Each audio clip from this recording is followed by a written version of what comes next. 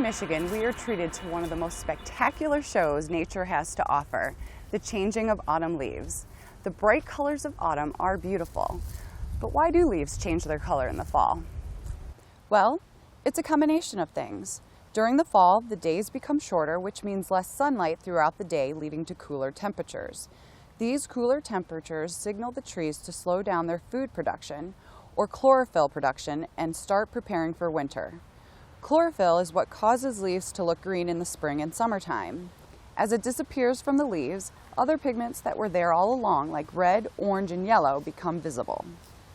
Chlorophyll is something that helps photosynthesis happen. So photosynthesis is that process of the leaf or the tree making its own food from the sun.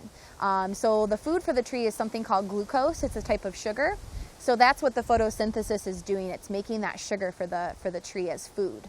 So the chlorophyll is part of that. It's made up of chloroplasts. It's often a green color. So that's why you see the green all over in the summertime, because the photosynthesis is really working at that time.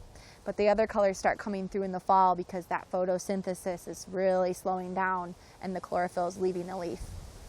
The best time to see peak colors in southern Michigan is usually early to mid-October.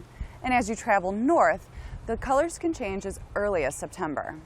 So it helps if people think, oh, the leaves are all falling off, the tree is going to die, this is bad, but it's actually really good for the tree because deciduous trees like maples and oaks and ashes, they're not going to be able to survive the winter with their very soft leaf tissues. Those leaves would freeze and fall off, the sap inside would freeze, and so it would not be good for the tree. So the fact that the tree is able to seal off those leaves, have them fall off, live off of the food that it has stored all summer long, protects it from the harsh winter temperatures and the cool, really cold winds. So it kind of protects it throughout the winter. Whereas a conifer tree, like a pine tree or a spruce tree, they have those hard needles. They're kind of skinnier leaves. So they're actually going to be able to continue photosynthesis throughout the winter. So that's why those stay green. They can handle it. So.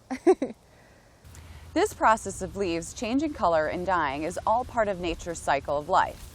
As leaves fall to the ground, they decompose and add nutrients back to the soil. Fallen leaves also become food for numerous soil organisms. If you have a yard full of leaves, the first thing people want to do is rake them up, bag them, and then put them out on the curb. But if you want a healthy lawn come springtime, just mow them down so they can decompose and become part of the soil. This means less work for you, and you're helping put nutrients back into the soil.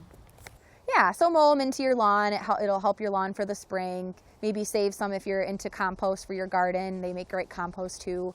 But I think the thing that I would say last to do is, bag them and put them by the curb. Although those do eventually turn into compost as well through the city. It's just I would keep them for myself if I was, if I had my own yard for that. So a lot of folks ask me what are the black spots that they see on the maple leaves around their yard. So what that is, it's a type of fungus. It doesn't mean that your tree is going to die or it has cancer, but it's a type of fungus that grows on the leaf that's naturally occurring. And what happens is it's kind of an indicator for pure air or unpolluted air. So if you live in an area that's a little bit a ways from the road, or like in Heritage Park here where we're a little ways from the road, we don't have a lot of that air pollution from cars. You're going to get some of that fungus growing on the maple leaves. If you live in an area that's maybe really close to a freeway or a really busy street, that you're going to have a little bit more air pollution, or maybe by some type of factory or something like that, you're going to maybe not see those black spots on the leaves. So actually it's kind of a good sign that we have unpolluted air, that fungus is actually able to grow on the leaf. If you've enjoyed this seedling on autumn leaves, be sure to check out swakstudios.com. Click the on-demand link and search seedlings. I'm Jennifer Corman, and every seedling matters.